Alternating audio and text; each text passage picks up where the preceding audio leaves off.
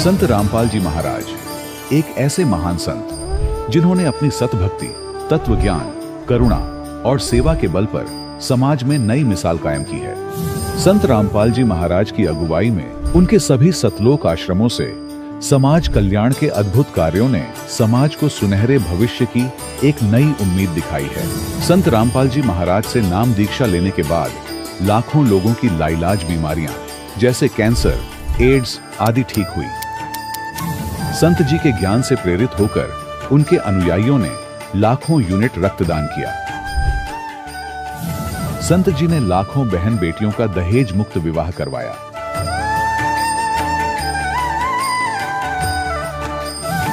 संत जी ने लाखों लोगों का नशा छुड़वाया, करोड़ों उजड़े परिवार बसे। संत जी के आश्रमों में समागम के दौरान निःशुल्क नेत्र चिकित्सा, दंत चिकित्सा प्रदान की जाती है। संत रामपाल जी महाराज द्वारा समय समय पर पर्यावरण संरक्षण के उद्देश्य से बड़े स्तर पर वृक्षारोपण किया जाता है। संत जी ने जरूरतमंदों को तत्काल राहत पहुंचाने के लिए एम्बुलेंस सेवा शुरू की। संत जी अपने अनुयायियों को देहदान के लिए प्रेरित करते हैं, जिससे मानवता की सेवा और चिकित्सा क्षेत्र में सुधार हो सके। संत रामपाल जी महाराज के सभी आश्रमों में हर रोज निःशुल्क भंडारा आयोजित किया जाता है, जहां हर वर्ग, हर जाति और हर धर्म के लोग एक साथ बैठकर भोजन करते हैं।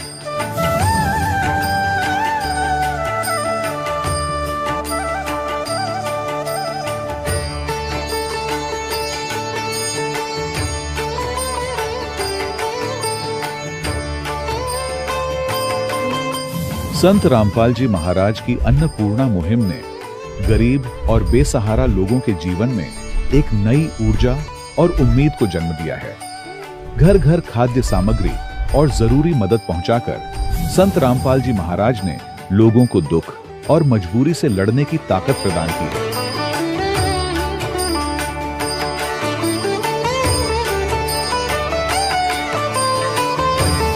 संत रामपाल जी महाराज द्वारा गरीब लोगों के लिए घर बनवाने का अद्भुत कार्य एक ऐसी मिसाल कायम कर रहा है जो सदियों सदियों संत जी की उदारता और दया भावना के तौर पर जाना जाएगा।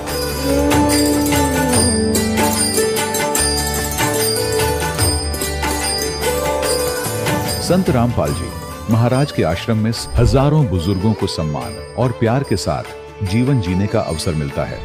उनके खाने, रहने और स्वास्थ्य की पूरी जिम्मेदारी संत रामपाल जी महाराज उठाते हैं। अनाथ बच्चों के लिए संत रामपाल जी महाराज के सभी आश्रम किसी वरदान से कम नहीं। यहाँ उन्हें शिक्षा, संस्कार और भविष्य के लिए बेहतर अवसर प्रदान किए जाते हैं। चाहे बाढ़ हो, भूकंप या महामारी, संत रामपाल जी महाराज और उनके अनुयायी हमेशा ही जरूरतमंदों के लिए सबसे आगे खड़े रहते हैं। कोविड महामारी के दौरान संत रामपाल जी महाराज के आश्रमों से करोड़ों लोगों के लिए भोजन, दवाइयां और जीवन रक्षक सामग्रियां उपलब्ध कराई गई। चाहे गरीब की मदद हो या किसी शोषित और पीड़ित वर्ग के हक और सम्मान की लड़ाई, संत रामपाल जी महाराज ने हमेशा ही उनकी दबी आवाज को सरकारों तक पहुंचाया है और उन्हें उचित न्याय दिलवाने में अहम भूमिका अदा की है। समाज में आध्यात्मिक और सामाजिक मूल्यों के प्रति जागरूकता लाने में संत रामपाल जी महाराज हर कदम पर मानवता के सच्चे सेवक साबित हुए हैं। संत रामपाल जी महाराज का जीवन हमें सिखाता है कि सच्ची सेवा वही है जो निस्वार्थ भाव से की जाए। आइए हम भी इस महान सेवा के कार्य में इस महान संत से जुड़ें और संत रामपाल जी महाराज से नाम दीक्षा लेकर अपने जीवन को धन्य बनाएं।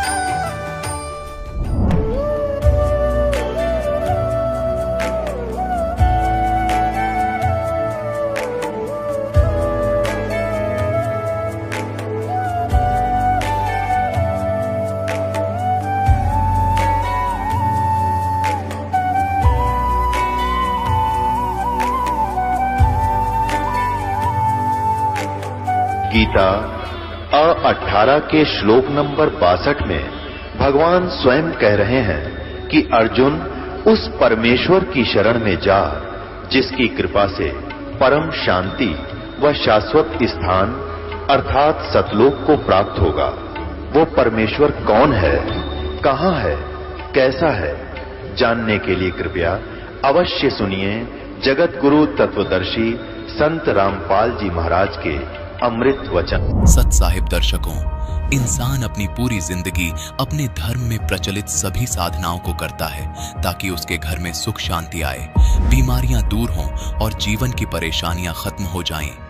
लेकिन जब इन सब प्रयासों के बावजूद भी बीमारियां और परेशानियां उसके जीवन में बनी रहें, तो दिल में यह सवाल उठने लगता है कि क्या सच में मैं शास्त्र अनुसार भक्ति कर रहा हूं?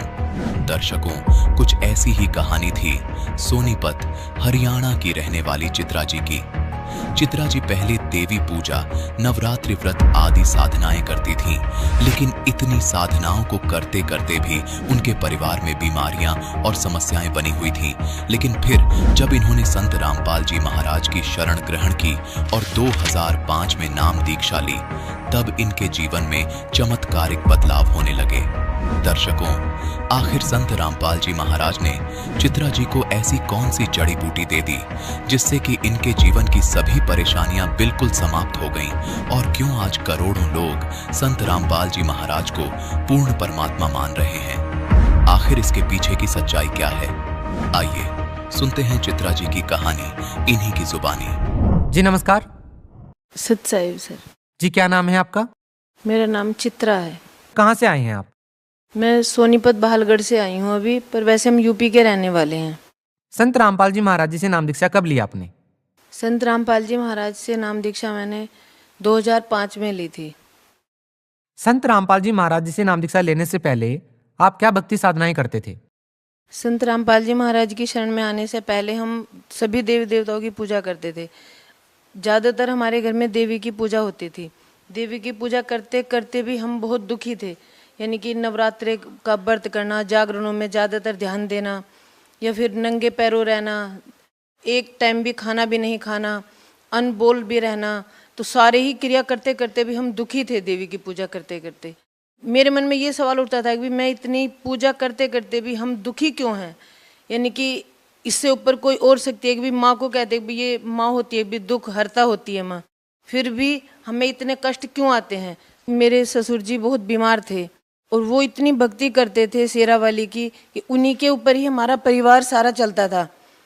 तो ऐसा हुआ कि भी हमारे पड़ोस में 2 बहनें थी, उन्होंने बताया था कई बार कि भी आप हमारे आश्रम में चलो, वहाँ पे वे ठीक हो जाएंगे। पर मेरे मन में, क्योंकि हम ऐसे परिवार से हैं कि भी हमारे परिवार में बहन बेटियों को घर से नहीं निकलने देते। भक्ति की तो बात ही बहुत दूर है। जो भी भक्ति करनी है, चाहे संतोषी माँ का व्रत करो, चाहे कुछ भी कैसा भी व्रत पूजा करो, वो घर में ही रह के करनी है, पर बाहर नहीं निकलना है। तो मेरे ससुर जी इतने बीमार थे, जगह जगह दिखाने के बाद भी उन्हें कोई आराम नहीं था। कोई कहता कि भी देवी की चुन्नी चढ़ाओ, कोई जागरण करवाओ, इतनी करते करते भी हम इतने दुखी थे। मेरे मन में फिर भी एक सवाल था कि हे परमात्मा, आप कहीं ना कहीं तो हमसे कुछ कमी हो रही है कि जो हम देवी की पूजा करते करते भी इतने दुखी हैं। आप संत रामपाल जी महाराज की शरण में कैसे आए? संत रामपाल जी महाराज की शरण में, क्योंकि मेरे ससुर जी को फिर उन्हें दिखाना था, तो उन्होंने बताया कि भी जो हमारे पड़ोस की बहन थी, उन्होंने कि भी एक बार संत रामपाल जी महाराज की शरण में चलो। तो मैं कहती कि भी मेरे तो हमारे घर में से तो निकलने ही नहीं देते, कोई भी जाने नहीं देते। फिर भी मेरे मन में एक बार आया, मैंने अपने ससुर जी से रिक्वेस्ट करी कि आप एक बार चल के देख लो। भी वो इतना बताती हैं कि भाई हमारे आश्रम में चलने से भाई बहुत आराम मिलेगा संत रामपाल जी महाराज की शरण में आने से। तो पहले तो बिल्कुल ही मना थी, क्योंकि मेरे हस्बैंड भी मना करते थे कि भी संतों के बारे में बिल्कुल ही उन्हें विश्वास नहीं था। जो भी कहते थे कि बस घर में भक्ति करो, घर से बाहर कुछ नहीं है। और संतों पर तो उन्हें इतना भी विश्वास नहीं था कि हमारे घर में संतों के ऊपर भी कलेश होता था। पर मेरे मन में इच्छा थी कि भगवान अगर आप हो तो मुझे गुरु बनाने की बहुत इच्छा थी। ये नहीं पता था कि भी गुरु किसको बनाऊं, बस ये थी कि भी गुरु बनाने हैं। मोक्ष, ना ही मुझे मोक्ष का कोई पता था, ना ही मुझे किसी से भाई मुझे कुछ लाभ मिलेगा या क्या है। फिर हम अपने ससुर जी को लेकर मैंने उनसे प्रार्थना करी कि भी पापा जी चलो एक बार वहाँ दिखा लेते हैं आपको, भी बरवाला। हम जैसे ही उनको लेके चले तो उसमें हम जिस गाड़ी में हम जा रहे थे तो वो एक भगत की ही गाड़ी थी, उसमें एक सत्संग लगा हुआ था संत रामपाल जी महाराज का। फिर भी मेरे मन में ये नहीं था कि भी मैं संत रामपाल जी को ही गुरु बनाऊंगी, बस ये था कि भी गुरु मिल जाएंगे तो ठीक है, बस ये नहीं पता था कि मुझे तो संत रामपाल जी महाराज के रूप में पूर्ण परमात्मा मिल जाएंगे।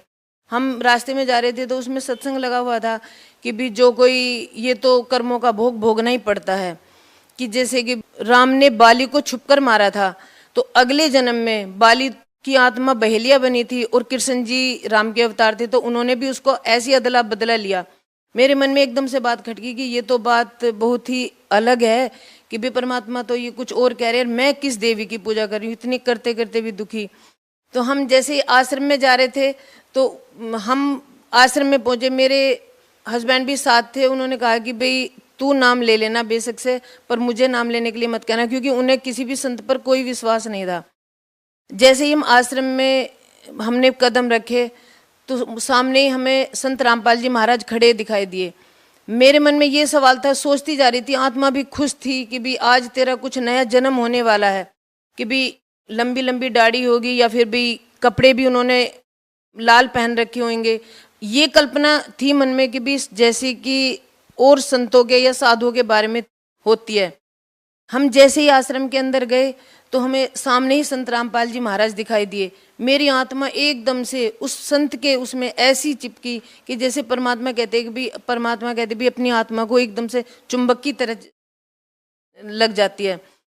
मैंने वहाँ अंदर जाने के बाद, वो पहले फार्म भरे जाते थे, अपना फार्म भरने के लिए तो पहले हमने खुद ही नहीं फार्म भरा था, तो मेरे हस्बैंड कहने लगे कि भी तू नाम ले लियो पर मेरे से मत कहना। फिर भी उन्होंने मेरे से आगे यही कहा कि भी मुझसे नाम दीक्षा के लिए नहीं कहना। मैंने कहा ठीक है, मुझे गुरुजी बनाने हैं, अगर मुझे परमात्मा मिल जाएंगे तो बस आपको मालिक फिर आप बाद में देख लेना। परमात्मा की ऐसी लीला हुई कि मेरे नाम फार्म भरने से पहले ही, नाम दीक्षा लेने से पहले ही उन्होंने अपना फार्म भर दिया। क्या संत रामपाल जी महाराज से नाम दीक्षा लेने के लिए पैसे लिए जाते हैं? नहीं, ये तो अगर किसी के मन में भ्रमणा है कि भाई वहाँ पे कुछ खर्चा होता है तो ये गलत है, क्योंकि जो भी कोई आश्रम में जाता है, वैसे पहले क्योंकि सभी ये सोचते हैं कि भाई किसी भी आश्रम में जाते भी जेब में पहले 1000-2000 रुपये होने चाहिए, क्योंकि सभी आश्रमों में सुना था कि भाई खर्चा अपनी जेब से ही देना होता है। पर जब हम गए संत रामपाल जी महाराज की आश्रम में तो हमें देख के भी ऐसा अचंबा हुआ कि भाई वहाँ तो ना ही तो 1 रुपये का खर्चा और हर चीज फ्री थी। बहन जी, संत रामपाल जी महाराज से नाम दीक्षा लेने के बाद आपको क्या लाभ मिले? संत रामपाल जी महाराज की शरण में लाभ ये हुआ कि भी मेरे हस्बैंड को कंपनी वालों ने बेंगलोर भेजना था कि भी बेंगलोर चले जाओ, वहाँ सैलरी भी ज़्यादा मिलेगी और आप वहीं पर रहना, क्योंकि काम अच्छा सीखा हुआ था इन्होंने। संत रामपाल जी महाराज से हमने प्रार्थना की कि परमात्मा आप देख लो, भी बेंगलोर तो फिर दर्शन के लिए भी नहीं आ पाएंगे और वहाँ तो दूर भी ज़्यादा पड़ता है। तो हमारे गुरुदेव ने कहा कि भाई कोई नहीं, आप एक बार मालिक से बोलो कि भाई वो यहीं पे सैलरी बढ़ा देंगे या फिर नहीं जाना। मालिक ने कहा कि नहीं, आपने तो जाना ही पड़ेगा। फिर मैंने अगले दिन प्रार्थना की कि संत रामपाल जी महाराज से कि भी परमात्मा वो जिद कर रहा है मालिक। गुरुजी ने कहा कि बेटा कोई नहीं, परमात्मा दया करेंगे। अगले ही दिन दूसरा बंदा भेज दिया उन्होंने बेंगलोर और मेरे हस्बैंड की 5000 सैलरी वहीं पे परमात्मा ने संत रामपाल जी महाराज की शरण में आते ही, हमें 4 महीने भी नाम लिए हुए नहीं हुए थे कि भी सभी को ये अचंबा था कि भाई 4-5 हजार सैलरी एकदम से बढ़ना, तो ये तो बहुत बड़े लाभ की बात है, क्योंकि उस टाइम पे तो हमें लाभ क्या सब कुछ बस नुकसान ही नुकसान था कि हम पहली हमारी बीमारी इतनी बड़ी हुई थी। एक लाभ और ये हुआ कि भाई मेरे हस्बैंड ड्यूटी जा रहे थे तो उनका एक्सीडेंट हुआ। एक्सीडेंट इतना खतरनाक एक्सीडेंट था कि ट्रक और ट्रैक्टर आपस में दोनों की भिड़ंत हुई जैसे ही, और बाइक उनकी बीच में थी। तो जैसे परमात्मा कहते हैं कि भी संत शरण में आने से आई टले भला, जे मस्तक में सूल वो कांटे में टल जा। तो मेरे हस्बैंड बता रहे थे कि भी जैसे उनको ऐसा महसूस हुआ कि भी उनको किसी ने ऊपर उठाया, बाइक एकदम बीच में आई और ट्रैक्टर इधर था और इधर से टेम्पू था, और बाइक जैसे ही बीच में आई तो उनको ऐसा महसूस हुआ कि मेरे को किसी ने ऊपर उठाया। तो उनके पैर की जो हड्डी थी वो पैर ऐसे भिज गया, बाइक बिल्कुल ही टूट गई थी। तो जिसने भी देखा, इंश्योरेंस वाले भी आए, उन्होंने बताया कि भी ये बंदा की इसकी डेड बॉडी कहाँ है। पता चला कि भी उन्होंने फिर पता करा कि भी पता नहीं किसने उनको हॉस्पिटल में, सिविल हॉस्पिटल में पहुंचाया। तो हम तब तक घर पे थे, हमें कोई पता नहीं था। तो उन्होंने ऐसा बताया कि भी इसकी डेड बॉडी का भी पता नहीं है और ये बाइक तो बिल्कुल टूटी हुई है, तो उसका पता करो। उन्होंने फिर फ़ोन करके पूछा कि भी शायद सिविल हॉस्पिटल में हो। उन्होंने सोनीपत हॉस्पिटल में फ़ोन करा कि भी ये बंदा तो बिल्कुल ठीक है और कोई दिक्कत वाली बात नहीं है। ये भी हमें बहुत बड़ा लाभ हुआ, क्योंकि हमने तो ये लाभ कभी देखे ही नहीं थे कि हमें इतने दिन भक्ति करते करते भी हम बहुत ही दुखी थे। एक लाभ फिर 4-5 महीने बाद ही फिर दूसरा भी एक्सीडेंट हुआ। परमात्मा ने कहा कि बेटा इसको जीवन दान दे रहा हूँ मैं अपने कोटे से। मुझे परमात्मा ने ये भी दिखाया था कि बेटा इस भगत की इतनी ही उम्र थी और ये परमात्मा ने जो जीवन दान दिया ना अपने कोटे से दिया है। बस बेटा ऐसे ही भक्ति विश्वास करके लगे रहना। हमें संत रामपाल जी महाराज पर पूरा विश्वास है। मैं एक लाभ सर आपको ये और बताना चाहूँगी कि मेरी बेटी की फीस 15,000 एडमिशन फीस थी और 15,000 में मैंने 5,000 भरी थी एडमिशन फीस। 5,000 अपने आप ही मैडम ने ये कहा कि भाई इस बच्ची के मार्क्स बहुत अच्छे हैं और इसकी मैं 5,000 लेस कर देती हूँ। हालांकि उस मैम ने ये भी कहा था कि भाई इस ऑनर्स क्लास में बीकॉम ऑनर्स कर रही है मेरी बेटी अब, कि भी इसमें कोई भी फीस लेस नहीं होती। फिर भी उस मैम ने उसके मार्क्स देखने के बाद वो भी उसने लेस कर दिए। 3,500 रुपये 3 महीने की फीस जुड़ी थी, तो फिर भी मेरे ऊपर 8,500 रुपये और बनते थे।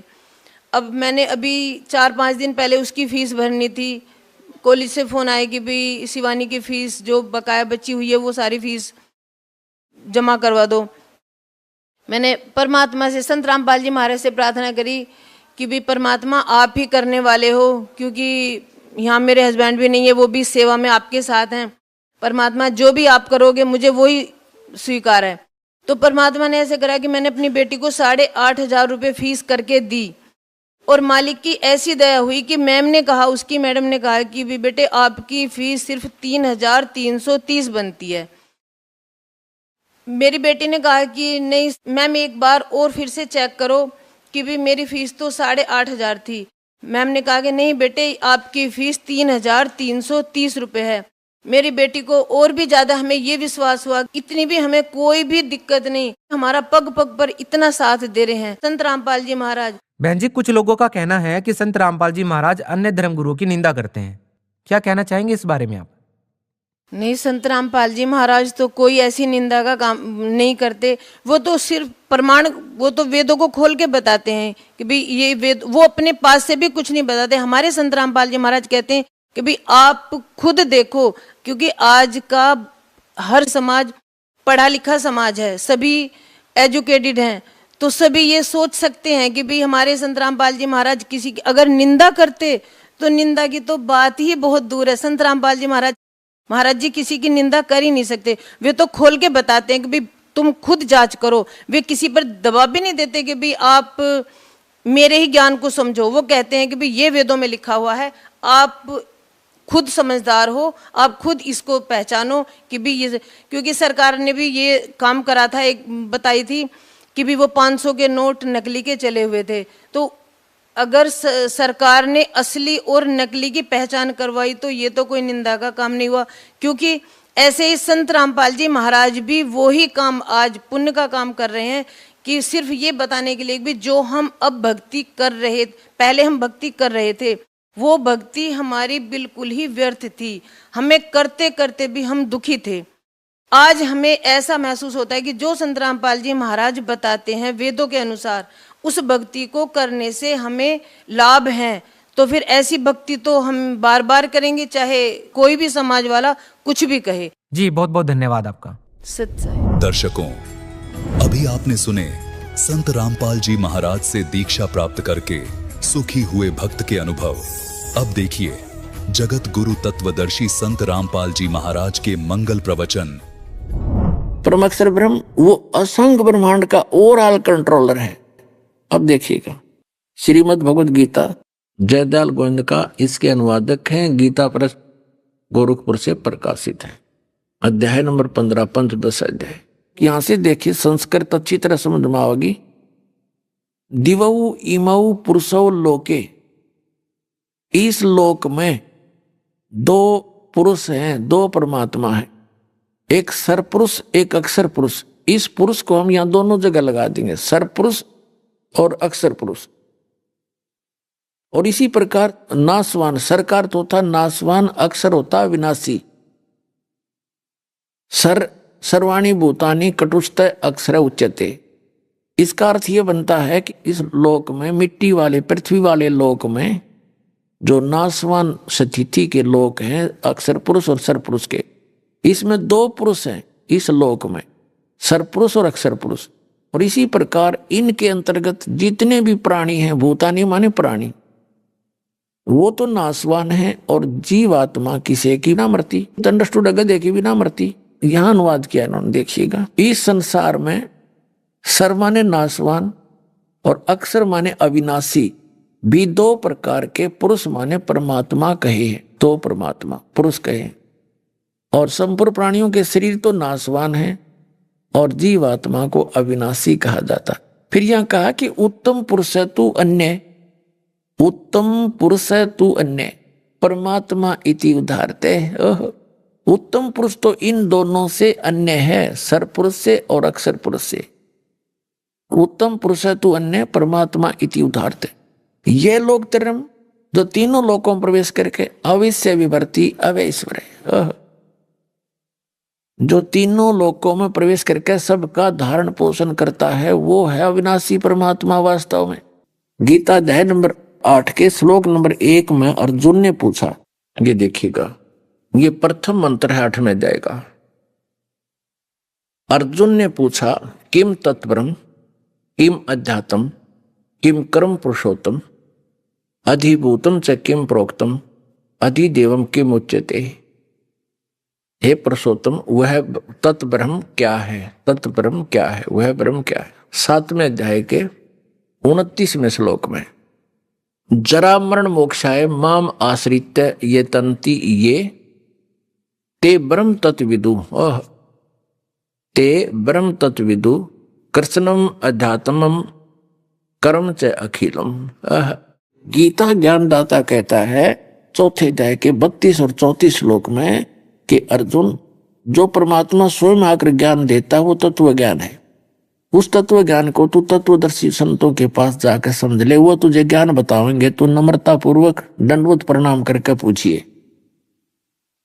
अब ये कहता कि मेरे ज्ञान का जो आश्रय, मैं जो कह रहा हूं इसको सर्वधार्य कर लेगा और तत्वदर्शी संत से ज्ञान प्राप्त कर लेगा, फिर वो केवल जरा मरण बुढ़ापे के दुख से और मृत्यु के कष्ट से छुटकारा पाने के लिए प्रयत्न कर रहे होते हैं, क्योंकि वे उस तत्ब्रह्म से परिचित हैं और सारे यहाँ के कर्म से परिचित, यो के झंझट हमारे जान है, और सब अध्यात्म मार्ग से वो परिचित हैं, जिस कारण से वो केवल जरा और मरण से छूटने का प्रयत्न करते हैं। और वो उस तत्ब्रह्म से परिचित है और सारे अध्यात्म ज्ञान से परिचित है और सब कर्मों से भी परिचित है। हम कैसे कर्म करेंगे, उसका कैसे फल मिलेगा। 7वें अध्याय के 29वें श्लोक में, जरा मरण मोक्षाय माम आश्रित ये तंति ये ते ब्रह्म तत्विदु, ते ब्रह्म तत्विदु कृष्णम अध्यात्मम कर्म च अखिलम। इसका भाव ये है कि माम आश्रित है, मेरे इस वचन का आश्रय करके कि तत्वदर्शी संत की खोज कर लेता है। तत्वदर्शी संत के पास जाने से फिर उसको परमात्म तत्व का ज्ञान हो जाता है।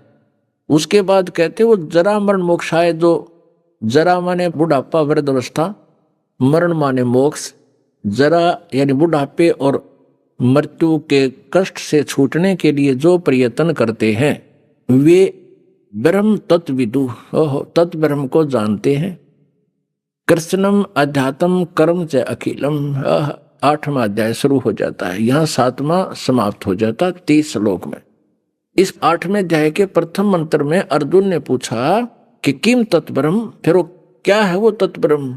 अध्यात्म किम कर्म पुरुषोत्तम अधिभूतम च किम प्रोक्तम अधिदेवम किम उच्यते। प्रश्न पूछा कि वह तत्ब्रह्म क्या है। अब इसका तीसरे मंत्र में, तीसरे श्लोक में गीता ज्ञानदाता ने उत्तर दिया है। ये तीसरा श्लोक है। वह परम अक्षर ब्रह्म है, वह परम अक्षर ब्रह्म है। अब हम यहीं आ जाते हैं वापस 15वें अध्याय के 16 और 17 में। 3 पुरुष हैं, एक सरपुरुष एक अक्षर पुरुष। ये परम अक्षर पुरुष, ये परम अक्षर ब्रह्म कहो, परम अक्षर पुरुष कहो। तो गीता ज्ञानदाता अपने से अन्य परम अक्षर ब्रह्म, सर्वश्रेष्ठ परमात्मा, परमेश्वर, सबका मालिक। 15वें अध्याय के 1 से 4 का तो वास्तविक ये वर्णन है कि उल्टा लटका हुआ संसार रूपी वृक्ष है। ऊपर को जड़ तो पूर्ण परमात्मा समझो, नीचे को तीनों गुण रूपी शाखा, रजगुण ब्रह्मा, सतगुण विष्णु, तमगुण शिव। और जो संत इसको पूरे विभाग बता देगा अलग अलग, तना कौन भगवान है, जड़ कौन मालिक है, और डार कौन है, और शाखा और पत्ते क्या है। सवेदवित वो तत्वदर्शी संत है। ये देखो 15वें अध्याय का प्रथम मंत्र दिखाते हैं। ये उल्टा लटका हुआ संसार रूपी वृक्ष है। ऊर्ध्व मूलम अध शाखम। गीता ज्ञान दाता ने बस इतना संकेत दे दिया कि ऊपर न तो जड़ और नीचे न तीनों गुण रूपी शाखा वाला ये उल्टा लटका हुआ संसार रूपी वृक्ष है। और जो संत इसके सारे विभाग बता देगा, सवेदवित, वह वेद के तात्पर्य को जानने वाला है। ऊर्ध्व मूलम अध शाखम अश्वत्थम प्राहु अव्यम छंदासी यस्य पर्णानि ये तम वेद सवेदवित। आदि पुरुष परमेश्वर तो मूल, ऊपर को जड़ तो आदि पुरुष परमेश्वर है, ठीक। और फिर अध शाखम ब्रह्मा रूप मुख्य शाखा वाले, ये गलत अनुवाद कर दिया। अध माने नीचे। ये देखो इसमें दूसरे मंत्र में अध 2 जगह लिखा है, अध अध, और इसका अनुवाद इन्होंने यहां किया है। अध माने नीचे, अध माने नीचे। ये देखो, तो यहां हम ठीक कर लेंगे। अध शाखम, नीचे को शाखा वाले संसार रूपी वृक्ष को अविनाशी कहते हैं। वेद जिसके, वेद नहीं, जिसके विभाग है, पत्ते आदि कहे गए हैं। और उस संसार वृक्ष को जो पुरुष मूल सहित तत्व से जानता है, यानी जड़ से लेकर पत्तों तक, सवेदवित, वह वेद के तात्पर्य को जानने वाला, अर्थात वो तत्वदर्शी संत है। अब देखो इसमें दूसरे श्लोक में कहा है कि उस संसार रूपी वृक्ष की तीनों गुण रूप रजगुण ब्रह्मा, सतगुण विष्णु, तमगुण शिव जी रूपी शाखा है। ये शाखा है। अधः च ऊर्ध्वम प्रसता तस्य शाखा गुण प्रबधा। तीनों गुण रजगुण ब्रह्मा सतगुण विष्णु रूपी शाखा है, और ये ऊपर और नीचे फैली हुई है। अब हम इसका सिर्फ निष्कर्ष निकालना चाहते हैं कि परमात्मा, इसमें यह भी पहचान बता दी कि तत्वदर्शी संत की पहचान क्या होगी, जो उल्टे लटके हुए संसार रूपी वृक्ष के सभी विभागों को बता देगा। सवेदवित, वो तत्वदर्शी संत होगा। ये ज्ञान परमात्मा ने सुन आकर दिया था। आदरणीय रामानंद जी ने कहा था कि तुम साहेब, तुम संत हो, तुम सतगुरु, तुम हंस, और गरीबदास आपके रूप बिना और न दूजा अंश। तुम साहेब, तुम संत हो, तुम परमात्मा हो, तुम एक सही संत हो, तुम ही सतगुरु हो, तुम ही सतगुरु हो, सच्चा ज्ञान देने वाले आप ही हो, और तुम ही एक अच्छे भक्त की भूमिका भी दाता आप ही कर रहे हो, एक दास बनकर रहे परमात्मा। तो उस परमेश्वर ने स्वयं ज्ञान दिया था। कबीर अक्षर पुरुष एक पेड़ है, निरंजन यो सर पुरुष वाकी डार, और तीनों देवा शाखा हैं ये पात्र संसार। अब उस परमात्मा के दिए हुए ज्ञान को दास आगे बता रहा आपको, तो उसके द्वारा बताए गए ज्ञान को समझना भी उसकी दया ही से होता है, और वो भी सतगुरु ही माना जाता है, जो परमात्मा के कोड वर्डों को और विस्तार से समझा दे, सभी भागों को बता दे। तो उस परमात्मा ने इस दास को अब आपके लिए सतगुरु माने सच्चा ज्ञान देने वाला बना के भेज रखा। इसमें कोई बड़ान बड़ाई भी ना समझियो, केवल एक टीचर बना दिया आवेदार्थियों के लिए।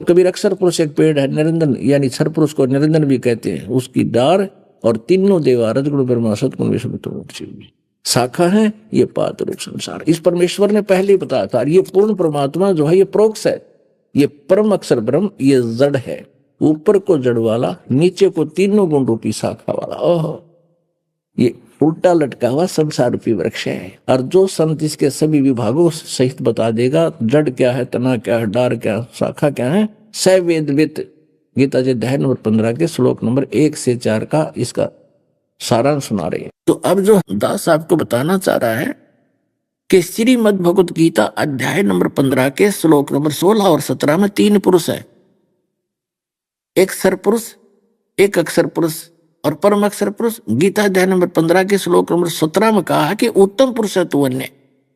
इन सरपुरुष और अक्षर पुरुष से श्रेष्ठ भगवान तो कोई और ही है जिसको परमात्मा कहा जाता है। और यह लोक तरमावि से विवर्ती अवैश्वर है, जो तीनों लोकों में प्रवेश करके सबका धारण पोषण करता है। क्योंकि पूरे पेड़ को, वृक्ष को जड़ से आहार मिलता है, तो सबका संसार रूपी वृक्ष का जड़ कौन है? वो परम अक्षर ब्रह्म कबीर भगवान। तो वही सबका धारण पोषण करने वाला वो पूर्ण परमात्मा है। हमने इससे इतना ही लेना था, ये अविनाशी है। अब क्या बताया है? श्रीमद् भगवत गीता अध्याय नंबर 15 के श्लोक नंबर 16 और 17 में 3 पुरुष हैं और इनके 3 मंत्र हैं अलग अलग, ओम, तत् और सत, और इनका क्षेत्र भी अलग अलग है।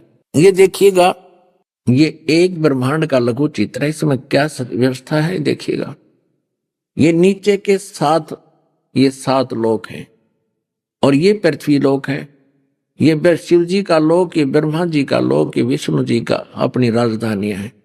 ये स्वर्ग लोक और नरक लोक, ये धर्मराय का लोक है। ये एक मानसरोवर है यहाँ पर, और ये है वो ब्रह्मलोक। ये इतना ब्रह्मलोक है। अब जैसे जो ब्रह्मा विष्णु महेश की पूजा करते हैं, इस कॉमन स्वर्ग में जाते हैं, इस स्वर्ग लोक में आ जाते हैं। और ये तो बहुत शीघ्र ही इनका पतन हो जाता है। जो ब्रह्म की साधना सरपुरुष की करते हैं वो यहाँ इस ब्रह्मलोक में पहुंच जाते हैं। इसने यहाँ 3 नकली स्थान बना रखे, महेंद्र का द्वीप, नकली सतलोक, नकली अलकलोक, नकली अगमलोक और नकली अनामी लोक। ये सारा ब्रह्मलोक कहलाता है। इतना ये देखिएगा। और ये स्वयं इसने 3 गुप्त स्थान बना रखे हैं। एक स्थान पर ये स्वयं ब्रह्मा जी का रूप धारण करके रहता है और दुर्गा इसकी पत्नी है, उसको ये शावत्री रूप में रखता है। ये रजोगुण प्रधान अक्षेत्र है। ये एक सतोगुण प्रधान अक्षेत्र है जिसमें ये स्वयं विष्णु रूप धारण करके रहता है और दुर्गा को लक्ष्मी रूप धारण करा के यहाँ रहता है। जब तक ये इसमें रहते हैं, इनके दोनों के सृष्टि क्रम से जो पुत्र उत्पन्न होता है उसका नाम विष्णु रख देते हैं। वो ऑटोमेटिकली सतोगुण हो जाता है। और जब ये ब्रह्मा के रूप में रहता है रजोगुण प्रधान क्षेत्र में, तो इन दोनों के संयोग से जो पुत्र उत्पन्न होता है उसको इसी स्वरूप का उत्पन्न हो जाता है। वो ऑटोमेटिकली रजगुण युक्त हो जाता है। और यही काल ये सरपुरुष वह तीसरे तमोगुण प्रधान क्षेत्र में रहता है, दुर्गा को पार्वती रूप में रखता है, स्वयं ये इस वेशभूषा में रहता है। इन दोनों के संयोग से जो पुत्र उत्पन्न होता है वो ऑटोमेटिकली स्वाभाविक तमोगुण हो जाता है और उसका नाम ये शिव रख देते हैं। सतोगुण से उत्पन्न पुत्र को विष्णु नाम रख देते हैं और इस एक क्षेत्र में जो उत्पन्न होता है उसको ब्रह्मा नाम रख देते हैं। वो रजोगुण युक्त हो जाए। तो ये एक ब्रह्मांड है, ऐसा एक ब्रह्मांड है। ऐसे 21 ब्रह्मांड का स्वामी ये काल है, सरपुरुष। ये देखिएगा, ये काल के 21 ब्रह्मांड, ये सरपुरुष भी कहते हैं इसको।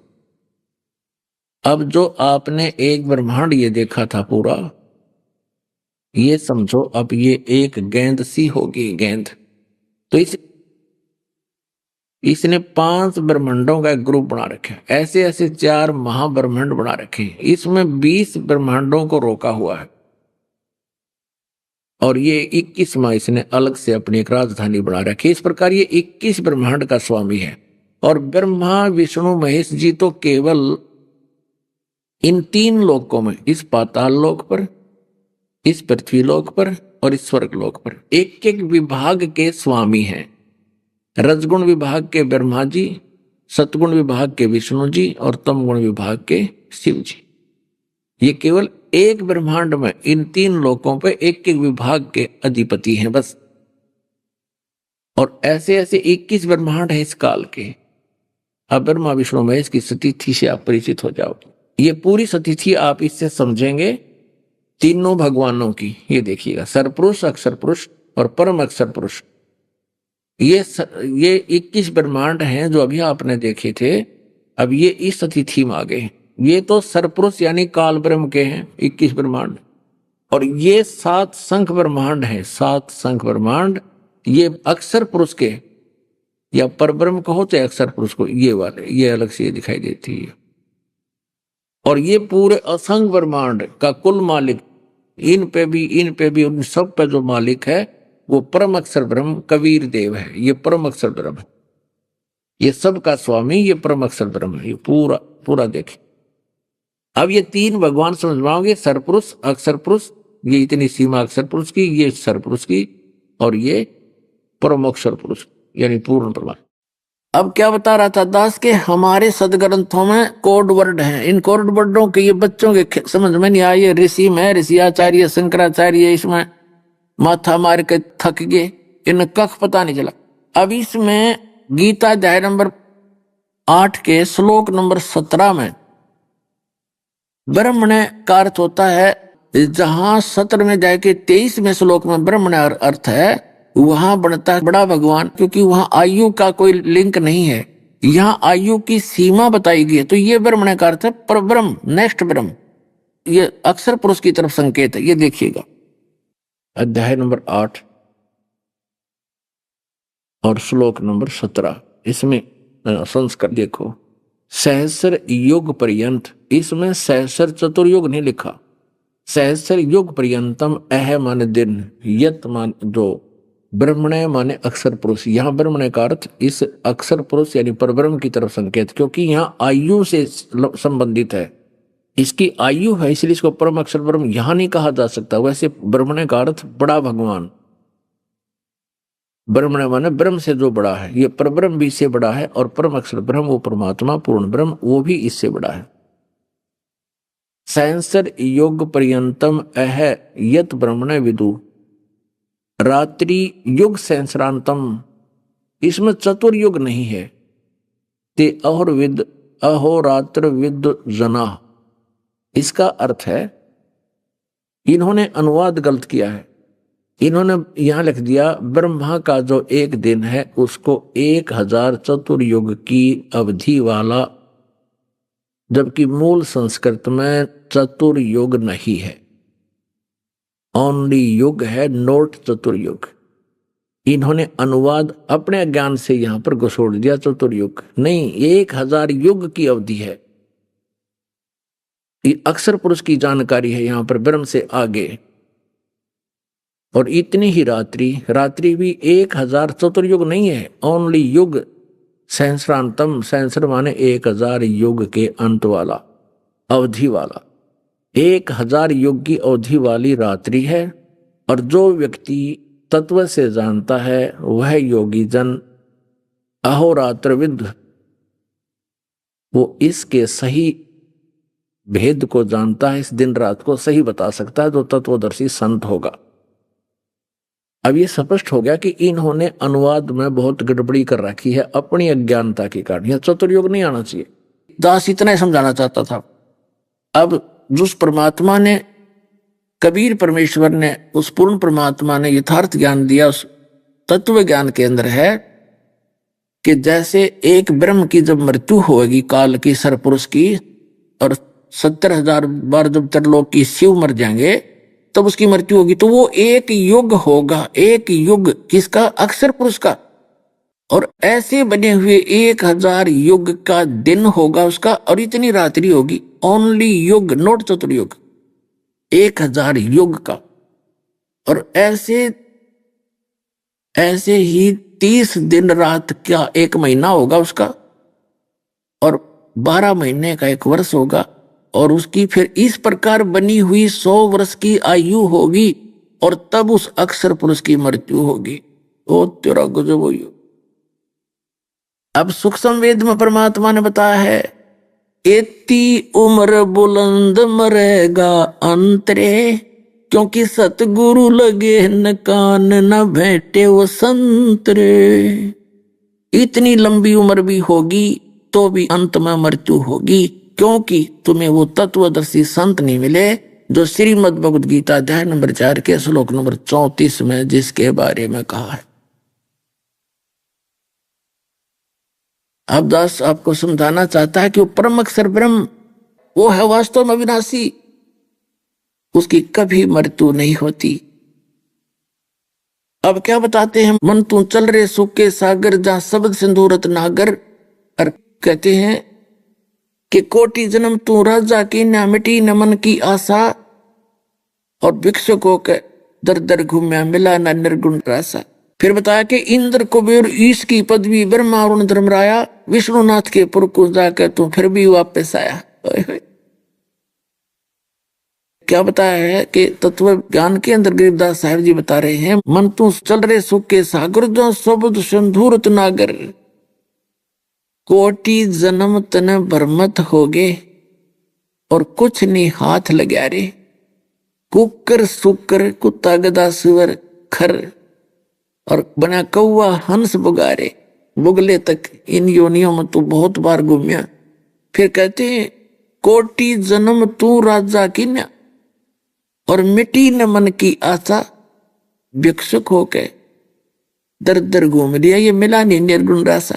ये वास्तविक ज्ञान तुझे ना मिलने से ऐसी भी साधनाएं आपने की, घर त्याग के प्रेरित होकर भगवान के पाने के लिए जंगल में जाकर झोंपड़ी डाल ली, गांव से रोटी मांग ले जाते थे, एक बार रोटी मांग लेगे बाकी वहां वृक्ष के टहनी का लटका देते थे, सूख जाती थी, अगले कई दिन भे भे कर उसी को पानी में खाते रहते थे, यानी कहीं भक्ति में बाधा ना मिले। तो सत साधना ना मिलने से उससे अन्य सिद्धियां होगी, उन साधनाओं से इंद्र बन गया, स्वर्ग का राजा बन गया, और इसकी पदवी पाली तुमने, ऊपर जा करके देवता बन गए, वर्ण बन गए, फिर पृथ्वी के राजा बन गए, जन्म मृत्यु के चक्कर से छूटे नहीं, ऐसी कठिन साधनाएं भी करके, क्योंकि आपकी शास्त्र विरुद्ध साधना थी। फिर बताया कि इंद्र कुबेर ईश की पदवी, एक इंद्र है जो स्वर्ग का राजा होता है, इस एक पृथ्वी के छोटे से टुकड़े को पाकर एक मंत्री, मुख्यमंत्री बनकर, प्रधानमंत्री बनकर ने सोचा पता नहीं के पा लिया। अपनात्मा परमात्मा की ऐसा मार्ग के पैमाने से इनको नापा जाएगा तो पता चलेगा इनकी स्थिति क्या है, जहां हम सारा दिन जो है ना इच्छा करते रहते हैं, ये बन जावा वो बन जावा। इंद्र तो स्वर्ग का राजा होता है, और स्वर्ग के राजा की क्या स्थिति है कि जब ये 72 चतुर्युग तक राज करेगा, 72 चतुर्युग, एक चतुर्युग में 43,20,000 वर्ष है, ऐसी 72 चतुर्युगी तक ये इंद्र राजा बनता है। उसके बाद ये क्या बनता है, उसकी मृत्यु हो जाती है, वो गधे की योनि से शुरू करता है अपने 83 लाख योनियों को, गधे की योनि में आ जाता है। आपने पुण्यात्मा जैन धर्म के पुस्तक के अंदर पढ़ा, महावीर जैन जी की जीवनी, वो 60 करोड़ बार तक गधा और 30 करोड़ बार कुत्ता, तो ऊपर के लोकों में देव बनया, सतभक्ति जो थोड़ी बहुत भक्ति की उसको वहां खर्च किया, फिर गधा बन गया, और कंटिन्यूस कई बार गधा बनया। तो ये स्थिति जीव की है। एक समय एक मार्कंडे नाम के ऋषि बंगाल की खाड़ी में तपस्या कर रहे थे, और इंद्र का जो राज्य प्राप्त होता है, जिस प्राणी को इंद्र के पद पर होता है, उसके साथ उसके लिए एक विशेष इंस्ट्रक्शन और होती है कि यदि तेरे शासन काल में कोई इंद्र की पदवी प्राप्त करने योग्य कोई धर्म पुण्य तप कर लेगा तो तुझे पद से हटा दिया जाएगा और उसको बैठाया जाएगा।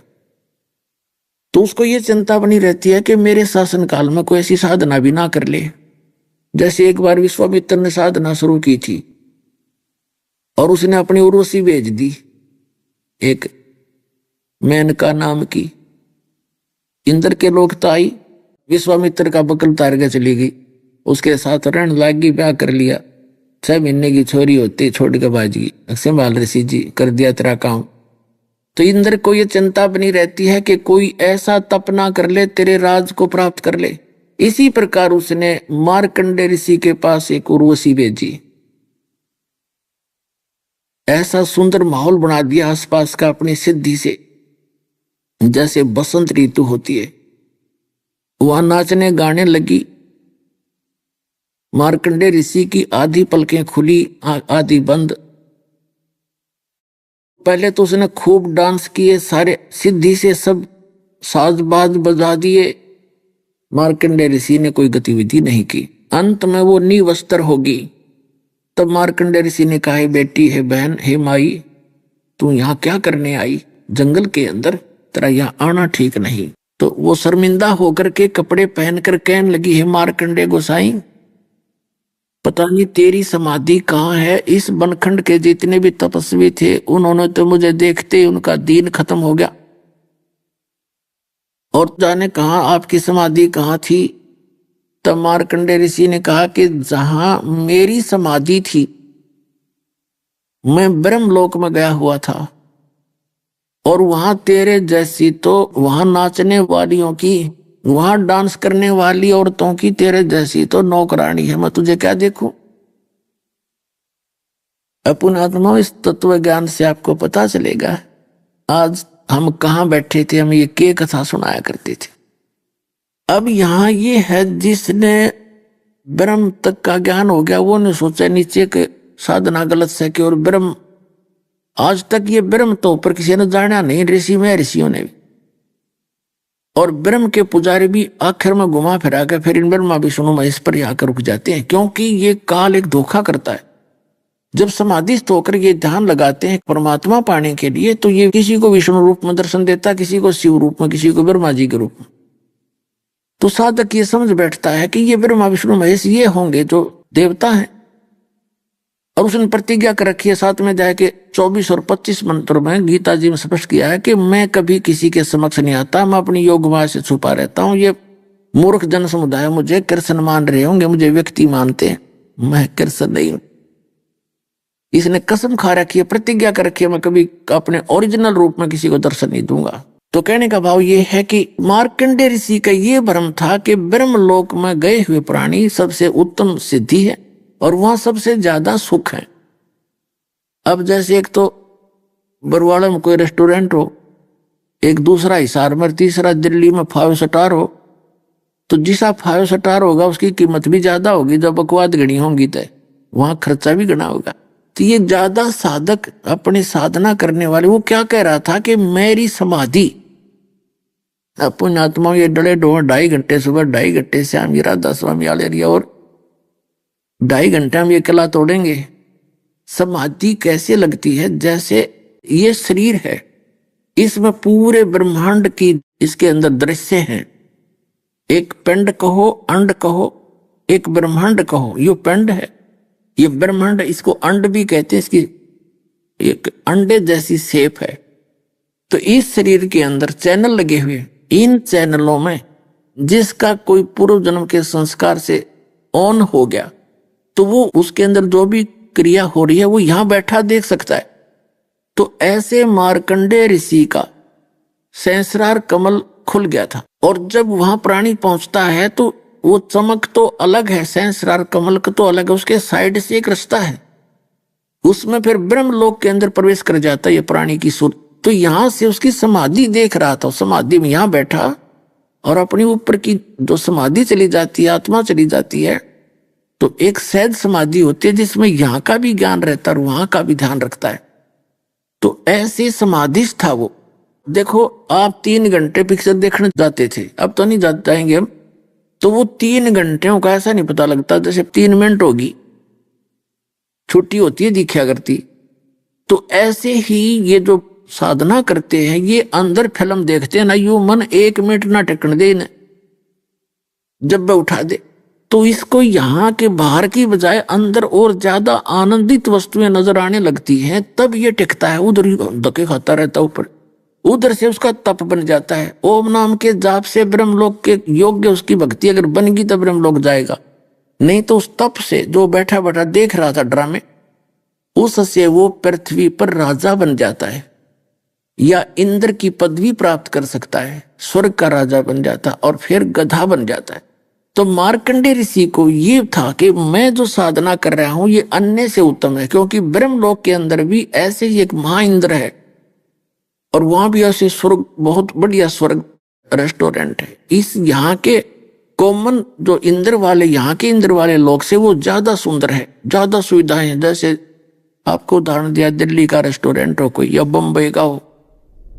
अभी आपने सुने संत रामपाल जी महाराज के मंगल प्रवचन। आइए अब सुनते हैं संत रामपाल जी महाराज से नाम दीक्षा लेकर सतभक्ति करके अद्भुत लाभ प्राप्त करने वाले अनुयायी के विचार। दर्शकों, मनुष्य अपने जीवन में सुख शांति प्राप्ति के लिए विभिन्न भक्ति साधनाओं को अपनाता है, लेकिन जब उसे शारीरिक सुख और मानसिक शांति नहीं मिलती तो वो हताश निराश हो जाता है। दर्शकों, ऐसी ही कहानी थी उत्तराखंड के रहने वाले हरीश राम जी की। हरीश राम जी पहले हिंदू धर्म में प्रचलित सभी भक्ति साधनाओं को किया करते थे, लेकिन इसके बावजूद भी इन्हें ना तो शारीरिक सुख मिला और ना ही मानसिक शांति। दर्शकों, हरीश राम जी ने अनेकों प्रकार के व्रत उपवास भी किए और अनेकों तीर्थों की यात्रा भी की, लेकिन फिर भी इन्हें निराशा ही मिली। लेकिन दर्शकों, आज हरीश राम जी का कहना है कि जब से मैंने संत रामपाल जी महाराज से नाम दीक्षा ली है, तब से मेरी जिंदगी की रूपरेखा ही बदल गई है। दर्शकों, आखिर आज हरीश राम जी ऐसा क्यों कह रहे हैं? आखिर हरीश राम जी संत रामपाल जी महाराज को भगवान क्यों बता रहे हैं? आखिर इसके पीछे की सच्चाई क्या है? सुनते हैं हरीश राम जी की कहानी, उन्हीं की जुबानी। नमस्कार सर। नमस्कार सर। सर, क्या नाम है आपका? सर, मेरा नाम हरीश राम है। हरीश जी, आप कहाँ से हैं? सर, मैं उत्तराखंड पिथौरागढ़ से हूँ। हरीश जी, संत रामपाल जी महाराज से नाम दीक्षा आपने कब ली? सर, मैंने संत रामपाल जी महाराज जी से नाम दीक्षा 2018 में ली सर। हरीश जी, आप देवभूमि उत्तराखंड से हैं, तो हमारे दर्शकों को बताएं आपने क्या क्या भक्ति साधनाएं की हैं? जी सर, इससे पहले सर मैं सभी देवी देवताओं की, ब्रह्मा विष्णु महेश की और 33 करोड़ देवी देवता के अंदर ही मैं भक्ति साधना करता था, जो मेरे पूर्वज करते थे सर। सर, आप संत रामपाल जी महाराज जी की शरण में कैसे आए? सर, मेरे को पहले से सर मैं नशा भी करता था बहुत ही ज़्यादा। सुरती, तम्बाकू, बीड़ी, सिगरेट, शराब, कभी कभार तो सर मैं ये भांग भी पी लेता था। फिर दोस्त लोगों के साथ फंस भी गया था मैं, तो उनके साथ भी लगाव से जो है कि मैं पीने लग गया था। उसके बाद में सर देवी देवताओं के पता नहीं किस बात से है, मैं ज़्यादा ही परेशान रहता था। घर परिवार में भी शांति नहीं बनी रहती थी सर हमारे, और बाल बच्चे भी हमेशा बीमार रहते थे। और उसके बाद बहुत ही ज़्यादा परेशान रहता था। पूजा पाठ भी मैं बहुत ज़्यादा करता था। हमारे यहाँ गंत बगौल करते हैं, उसमें भी बहुत ज़्यादा जाता था सर। विश्वास करता था, नहाना धोना और देवी देवताओं की पूजा पाठ में दिया बत्ती करना बहुत ही ज़्यादा करता था सर मैं। परंतु सर उसके करने के बाद भी मुझे लाभ कतई नहीं मिला सर, ज़्यादा हानियाँ होने लगी। ऐसे करते कराते सर मेरा लड़का भी पागल हो गया था बीच में, तो उसके लिए काफ़ी जगह दिखाया, काफ़ी पैसा खर्च किया मैंने। डिस्ट्रिक्ट पिथौरागढ़ उत्तराखंड में सभी डॉक्टरों को दिखाया, लेकिन सर वहाँ सही होने वाला ठहरा और घर में लाऊंगा तो फिर वही हाल हो जाने वाला ठहरा। तो इससे मैं बहुत ही ज़्यादा परेशान हो गया। तो उसके बाद हमारे यहाँ एक संत रामपाल जी महाराज जी के शिष्य है, उनके टच में आया सर मैं, क्योंकि मैं लकड़ी का काम करता हूँ, कारपेंटर हूँ। तो वो ठेकेदारी करते थे, तो उनके साथ काम किया। तो उन्होंने बोला, आपको क्या परेशानी है, बहुत ज़्यादा छुट्टी लेते हो आप? तो मैंने बोला ऐसी ऐसी बात है। तो ठेकेदार जी, तो क्या किया जाए? बोले तो ऐसा है, आपको जो है कि इस दुनिया में जो है कि संत रामपाल जी महाराज जो है कि परमात्मा के रूप में आए हैं, तो उनके यहाँ जाके आप अगर शरण में ले लोगे तो आप सही हो सकता है। शास्त्र ज्ञान के आधार पे वो बताते हैं। तो बोला, तो मुझे इसको जोड़ कि थोड़ा आशा जैसी लगी कि यहाँ से कि हो सकता है मेरा निराकरण हो जाए। तो फिर मैंने उनके करीबन 2-3 साल तक मैंने जो है कि अध्ययन किया, किताब भी लेके आया, और मैं बाजार से श्रीमद् भगवद गीता भी लेके गया। मैंने मिलान किया काफ़ी। तो जो उन्होंने किताब दे रखी थी ज्ञान गंगा, वो किताब भी लेके आया, और श्रीमद् भगवद गीता भी मैं बाजार से खरीद के ले गया 175 रुपये में। तो उसको जो है कि मिलान किया काफ़ी जगह, तो मुझे बहुत ही सही लगा उसमें। तो वास्तव में जो है कि परमात्मा तो कोई और ही है, और जो है कि जहाँ मैं भक्ति कर रहा हूँ उससे हमें कोई लाभ नहीं मिल रहा है, इसीलिए मैं दुखी होऊंगा, ऐसा मुझे लगा। तो फिर उसके बाद में जो है कि मैंने करीबन 2018 में मैंने नामदान लेने के लिए मैंने उन्हीं संत रामपाल जी महाराज जी के शिष्य को बोला कि मुझे वहाँ ले चलो, और जो है कि मैं नामदान लेना चाहता हूँ। दीक्षा मैंने नानक माता खटीमा उधम सिंह नगर से लिया, उत्तराखंड। सर, जैसे कि आपने बताया कि आप जो भक्ति साधनाएं करते थे उससे आपको कोई लाभ नहीं मिला, फिर आपको संत रामपाल जी महाराज जी द्वारा लिखित पुस्तक ज्ञान गंगा मिली, उसको आपने पढ़ा और वह सही है या नहीं है, उसके लिए आप श्रीमद् भगवद गीता लेकर आए और उससे मैच किया। आपको बिल्कुल ठीक लगी। फिर आपको पता लगा कि शास्त्रों के अनुसार भक्ति तो कोई और है जो हमें अभी तक बताई ही नहीं गई है। फिर आपने संत रामपाल जी महाराज जी से नाम दीक्षा ली। तो क्या जो संत रामपाल जी महाराज जी ने शास्त्रों के अनुसार आपको भक्ति बताई थी उससे आपको लाभ भी मिले? काफ़ी लाभ मिले सर। और मेरा जो हाथ में दर्द था, मैं कहीं गिर गया था काम करते करते, तो हाथ में मेरे ये नस जो है कि मुड़ गई थी। और इसमें मैंने डॉक्टर के यहाँ गया, डॉक्टर ने बोला आप आने में लेट हो गए, आपको 2 महीना लेट हो गया है, आप इसमें प्लास्टर भी कराओगे, हो भी सकता है नहीं भी हो सकता है, लेकिन 1% इसमें हाँ है, बाकी 99% इसमें मना है। तो आप कहते हो तो मैं इसमें प्लास्टर कर देता हूँ। तो उन्होंने प्लास्टर करने के बाद मैंने 46 दिन के लिए बोला था उन्होंने, मैंने 25 दिन में वो प्लास्टर काट दिया, क्योंकि मेरे को दर्द और जो है कि खुजली होने लगी थी, तो मैंने काट दिया। ऑपरेशन बोला, उन्होंने बोला कि ऑपरेशन आपका करना पड़ेगा, ऑपरेशन करने के बाद भी आपका ठीक भी हो सकता है, नहीं भी हो सकता है, ऐसा कहा था। परंतु फिर मैंने ऑपरेशन नहीं करवाया, क्योंकि ऑपरेशन के लिए काफ़ी पैसा लगता है। मैंने यही सोचा कि मैं अगर परमात्मा की भक्ति करूंगा तो ठीक हो जाएगा, मुझे विश्वास था। उसके बाद में जो है कि मुझे सही जो है कि परमात्मा मिला नहीं था, तो इसीलिए जो है कि हमारे जो पूर्वज जो है कि जो भक्ति करते थे उसी भक्ति में लीन थे हम, लेकिन फिर भी मेरा सही नहीं हुआ। तो जब मैं संत रामपाल जी महाराज जी से दीक्षा ली, तब से मेरा जो है कि हाथ में भी दर्द होना बंद हो गया और कामकाज में भी अच्छी प्रगति हुई सर, इसलिए मेरा वहाँ जाके ठीक हुआ। शराब तो सर मैं रोज ही पीता था, शाम शाम को ऐसा रूटीन हो गया था सर। फिर क्या है कि हमारे पिथौरागढ़ साइड में सभी फौजी लोग होते हैं, वहाँ काम धंधा जब करते हैं तो बोलते चलो भाई थक गए हो तो थोड़ा बहुत लगा लो, कोई ऐसे भी मिलते हैं। फिर ऐसे करते करते सर मैं वहाँ करीबन काफ़ी पीने लग गया था, शाम शाम को रूटीन हो गया था 1 क्वार्टर पीने का। बाद में तो 1 क्वार्टर पीने के बाद भी 1-2 पैक और लगाने का रूटीन हो गया था। ऐसे करते कराते सर मैं एक शराबी जैसा बन गया था, और धन पैसा जो है कि उसी में लुटाने लग गया था। घर में जो है कि क्या है कैसा है, बच्चों का शेहार शुहार, उसमें कोई मैं ज़्यादा ध्यान नहीं देता था। सिर्फ मैं एक स्वार्थी बन गया था, ताकि बस अपना खाओ पियो ऐश करो, ऐसा बन गया था। लेकिन इस जो है कि जब से मैं संत रामपाल जी महाराज के यहाँ गया, तब से मेरे काफ़ी सर सुधार हो गया है। सर आप उत्तराखंड में रहते हैं, उत्तराखंड को देवों की भूमि कहा गया है। आप जहाँ रहते हैं वहां से कुछ ही दूरी पर केदारनाथ धाम, बद्रीनाथ धाम है, जो हिंदू धर्म में पवित्र धाम माने गए हैं। इन सबको छोड़कर आपने हरियाणा में इतनी दूर जाकर संत रामपाल जी महाराज जी से ही नाम दीक्षा क्यों ली? कृपया हमारे दर्शकों को समझाएं। एक्चुअली में सर क्या हुआ कि मैं काफ़ी दुखी था सर। ये जो मैं पुराने मेरे बुजुर्ग लोग जो है कि हमारे पिताजी लोग, पिताजी के पिताजी, हमारे बुबू लोग जो है कि जो साधना करते थे, वो साधना से सर मेरा पूर्ति नहीं हुआ और मैं ठीक नहीं हो पाया और मेरे को शांति नहीं मिली सर। तो इसलिए जो है कि यहाँ से नहीं हो पाया, तो हमारे एक संत रामपाल जी महाराज जी के शिष्य जो है कि मिले, उन्होंने बताया कि वहाँ से आपको शांति मिल जाएगी, इसलिए मैं शांति के लिए उतने दूर गया सर मैं। सर जो श्रद्धालु आज आपको टीवी पर देख रहे हैं, बहुत सारे ऐसे लोग हैं जो नशा छोड़ना चाहते हैं, नशा नहीं छोड़ पा रहे हैं, उनके लिए आज आप एक उदाहरण है, उनके लिए आप क्या कहना चाहेंगे?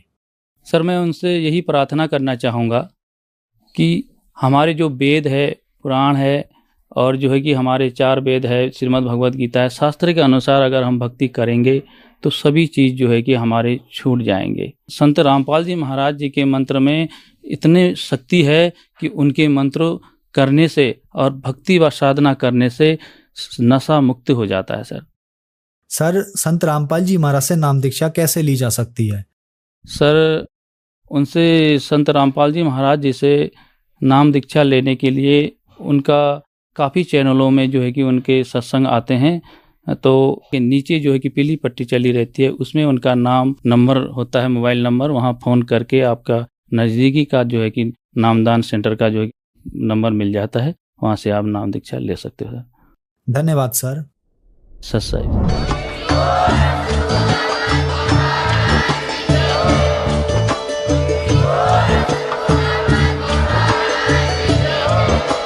आप सुन रहे थे जगत गुरु तत्वदर्शी संत रामपाल जी महाराज जी के मंगल प्रवचन। अधिक जानकारी के लिए विजिट कीजिए हमारी वेबसाइट www.jagatgururampalji.org। संत रामपाल जी महाराज जी के शुभ आशीर्वाद से पूरे विश्व भर में 500 से भी ज्यादा नाम दीक्षा केंद्र हैं, जिन पर संत रामपाल जी महाराज जी द्वारा ऑनलाइन निःशुल्क नाम दीक्षा दी जा रही है। अपने नजदीकी नाम दीक्षा केंद्र का पता करने के लिए संपर्क करें 8222880541।